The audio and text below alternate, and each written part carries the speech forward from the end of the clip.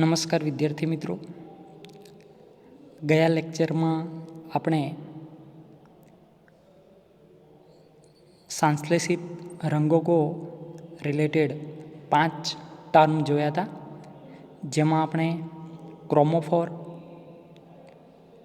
ક્રોમોજન, ઓક્સોક્રોમ, બેથોક્રોમિક shift, હિપ્સોક્રોમિક shift વગેરેનો અભ્યાસ કર્યો હતો. એ વિશેની થોડીક માહિતી મેળવી લઈએ. ક્રોમોફોરની અંદર આપણે જોયું હતું કે કાર્બનિક રંગીન દ્રવ્યો તેમના બંધારણમાં કેટલાક એવા સમૂહ ધરાવે છે કે જેઓ પ્રકાશના અવશોષણ માટે જવાબદાર હોય છે. આવા સમૂહોને ક્રોમોફોર અથવા ક્રોમોફોરિક સમૂહો તરીકે ઓળખવામાં આવે છે, જેમાં આપણે નાઇટ્રો, નાઇટ્રોસો, એઝો, કાર્બોનિલ જેવા સમૂહો જોયા હતા.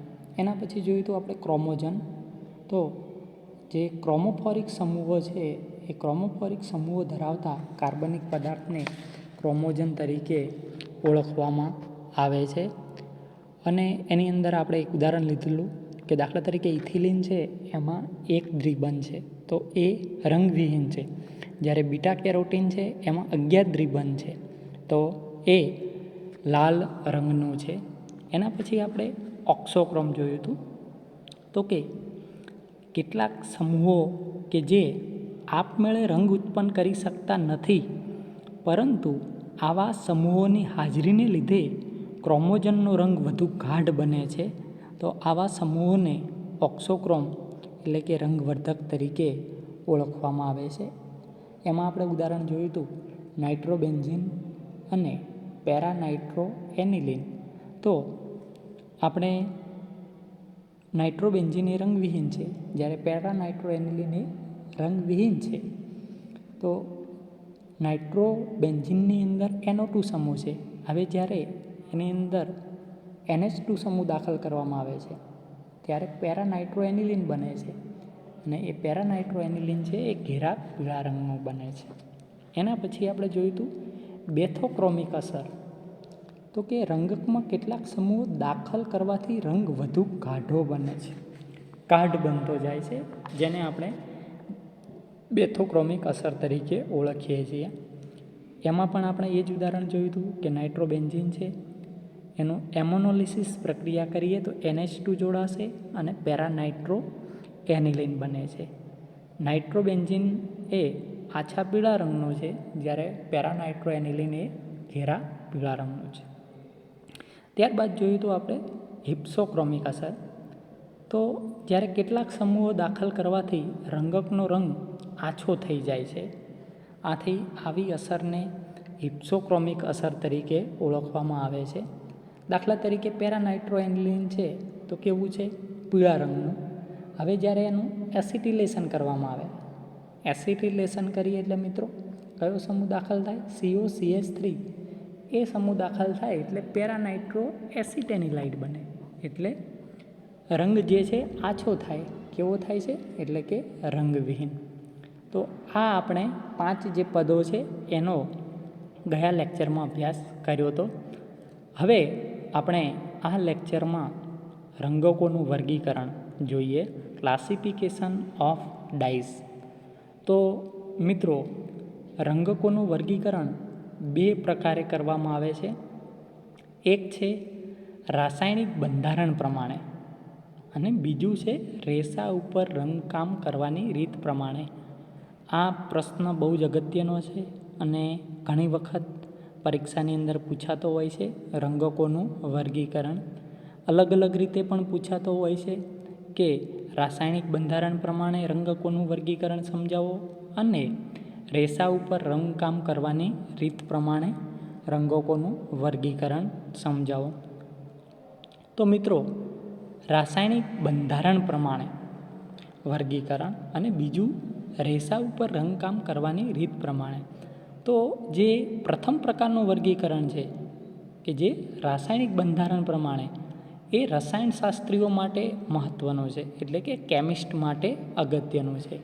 અને આપણે મોટે ભાગે જે કેમિસ્ટો છે એ આ રાસાયણિક બંધારણને આધારે વર્ગીકરણને ધ્યાનમાં લેતા હોય છે.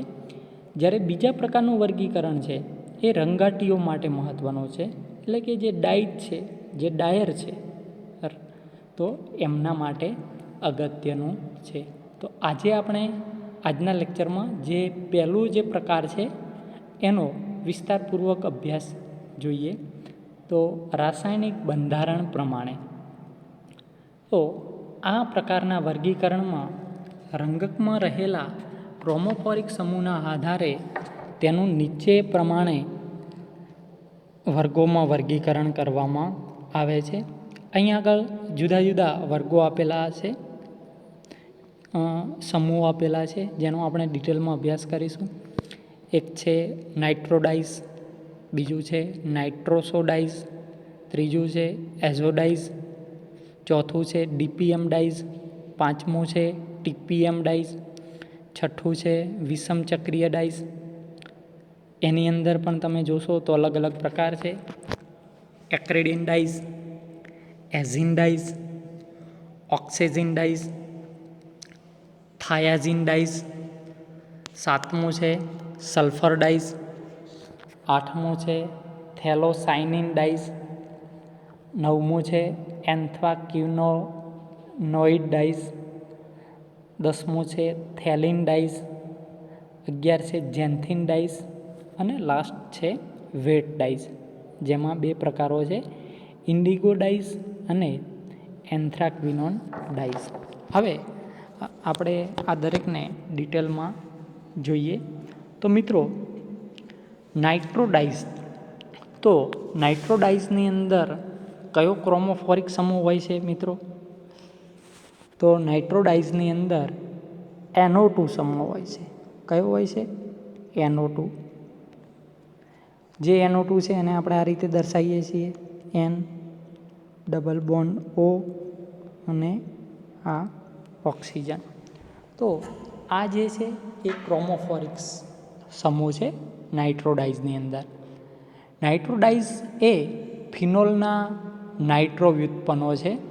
ઉદાહરણ તરીકે એક આપણે ઉદાહરણ જોઈએ જે તમે સારી રીતે જાણો છો, પિક્રિક એસિડ. પિક્રિક એસિડની ફોર્મ્યુલા શું થશે? તો બેન્ઝીન રિંગ છે, અહીં આગળ OH અને 2, 4 અને 6 પર શું હશે? NO2. આ થયું પિક્રિક એસિડ, જેનું નામ થાય 2,4,6 ટ્રાયનાઇટ્રોફિનોલ. એ એક એસિડ છે. આમ ફિનોલ છે પિક્રિક એસિડ, પરંતુ એનો સમાવેશ એસિડમાં થાય છે એટલે એનું નામ આપેલું છે પિક્રિક એસિડ.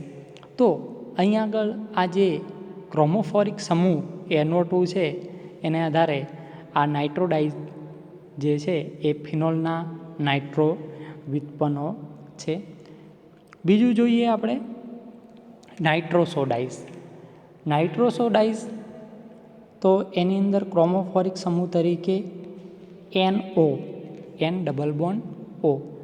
નાઇટ્રોસોડાઇઝ છે એ નાઇટ્રોસો સમૂહના ઓર્થો સ્થાનમાં OH સમૂહ રહેલો હોય છે. દાખલા તરીકે ઉદાહરણ લઈએ, મોડરેટ ગ્રીન.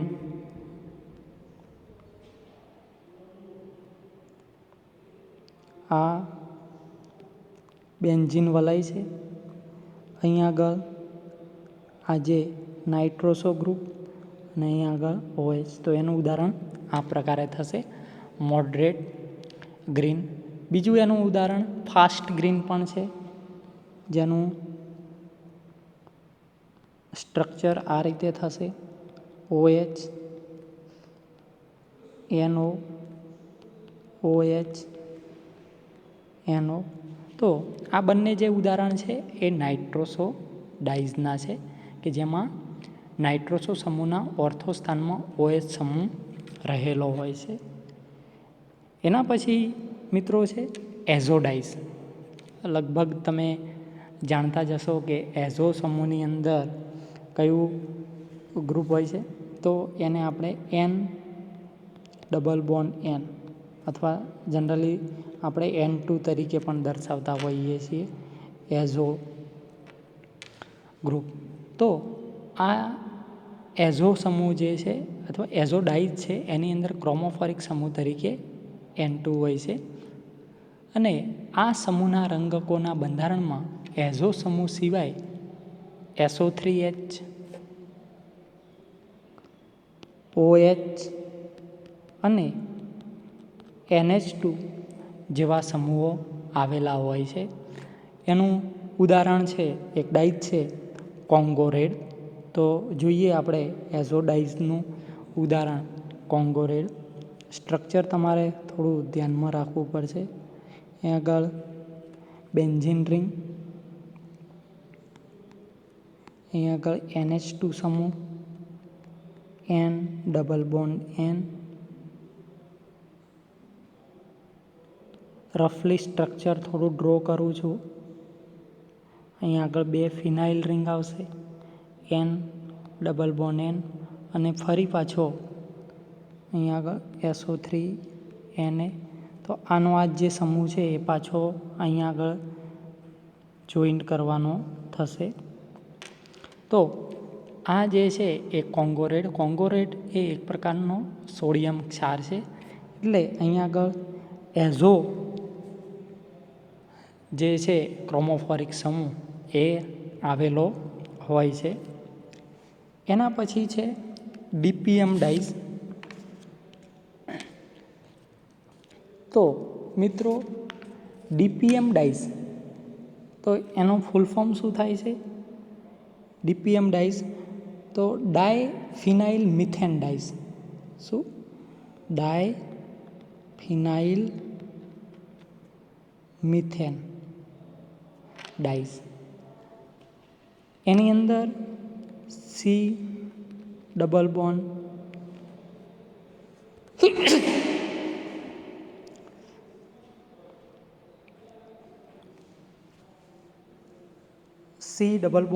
C આવેલ હોય છે.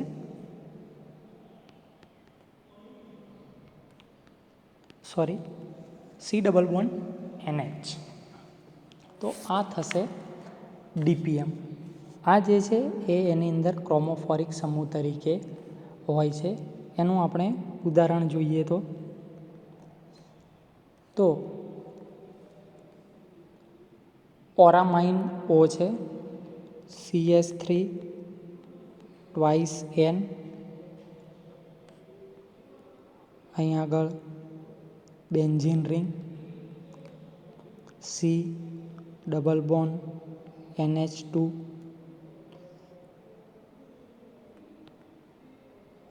અહીં આગળ ફિનાઇલ રિંગ, N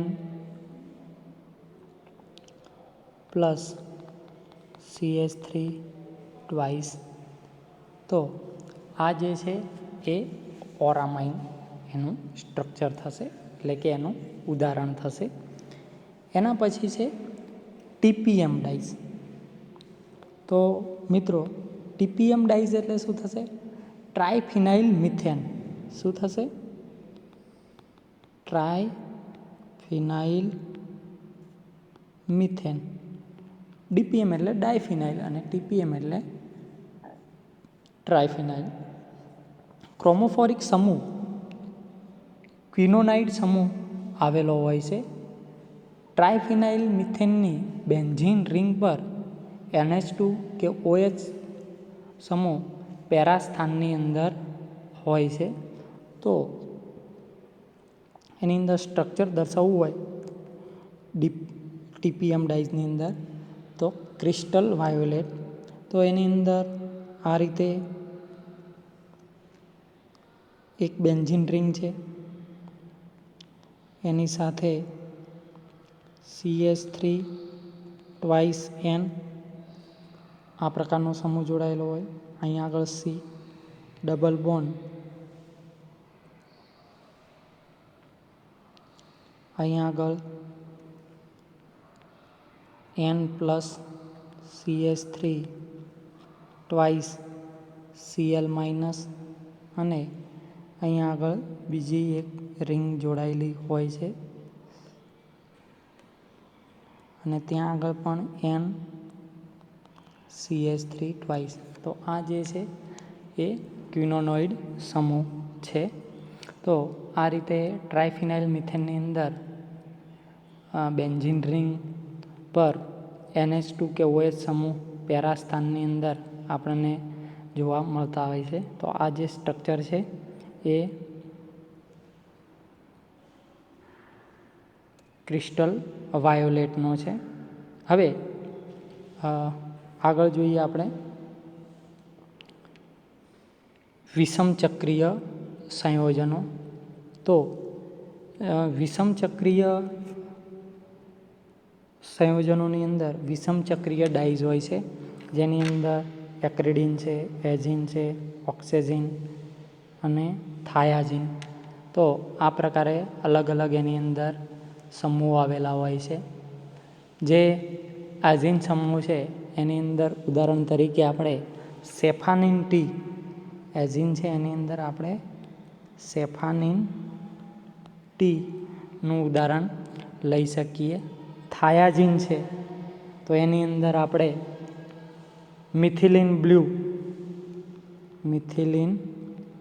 બ્લૂનું ઉદાહરણ લઈ શકીએ. એના પછી એક્રેડિન, તો એની અંદર એક્રેડિન યલો ઉદાહરણ લઈ શકીએ. અને જે ઓક્સેઝિન છે તો એની અંદર ગેલોસાઇનિન એ આપણે ઉદાહરણ તરીકે લઈ શકીએ. તો આ રીતે એના અલગ અલગ ઉદાહરણ. તો બેન્ઝીન ચક્રમાં આ રીતે જે વિષમ ચક્રીય ડાઈઝ છે એની અંદર બેન્ઝીન ચક્રમાં NS અને O જેવા વિષમ પરમાણુઓ હાજર હોવાથી તેને આપણે હેટ્રોસાયક્લિક રંગકો તરીકે ઓળખવામાં આવતા હોય છે. કયા સમૂહો હોય છે? N, S અને O. તો આના લીધે આપણે એને વિષમ ચક્રીય ડાઈઝ તરીકે ઓળખતા હોઈએ છીએ. એના પછી છે સલ્ફર ડાઈઝ. તો આ રંગકોનું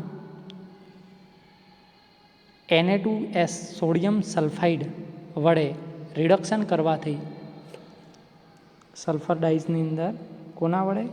Na2S સોડિયમ સલ્ફાઇડ વડે રિડક્શન કરવાથી રંગકો રંગકામ માટે વાપરી શકાય છે. માટે તેને સલ્ફર ડાઈઝ તરીકે ઓળખવામાં આવે છે. એનું ઉદાહરણ છે sulphur black tea.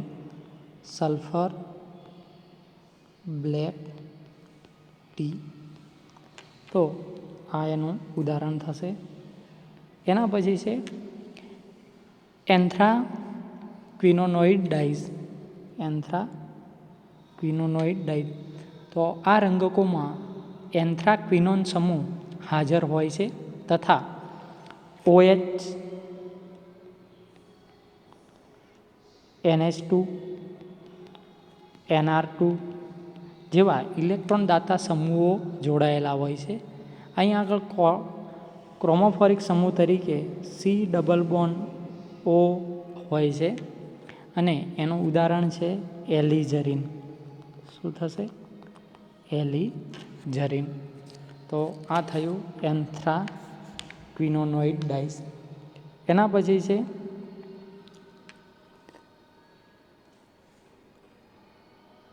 થેલિન dyes.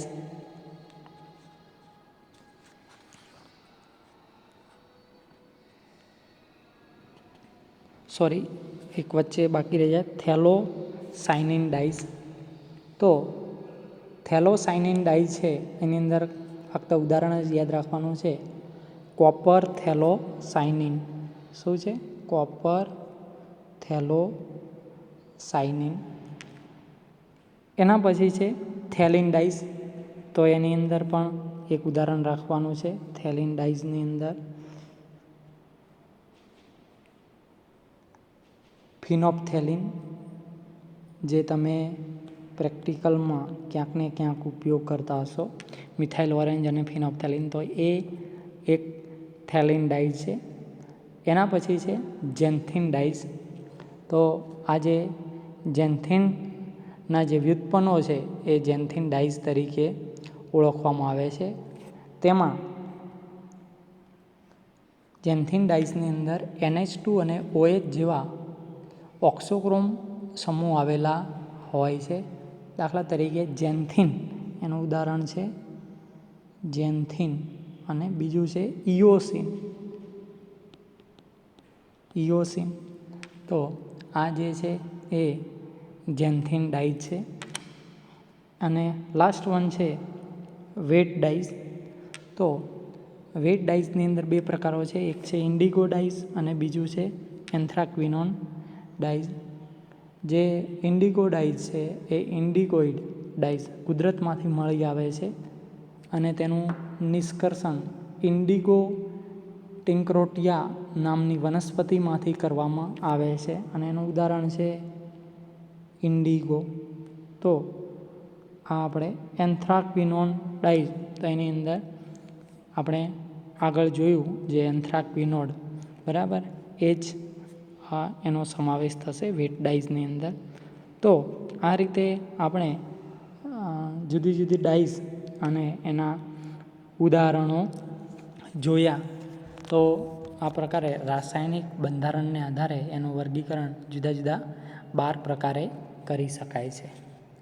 Next લેક્ચરમાં આપણે બીજું જે એનું વર્ગીકરણ છે રેસા ઉપર રંગકામ કરવાની રીત પ્રમાણે એ જોઈશું.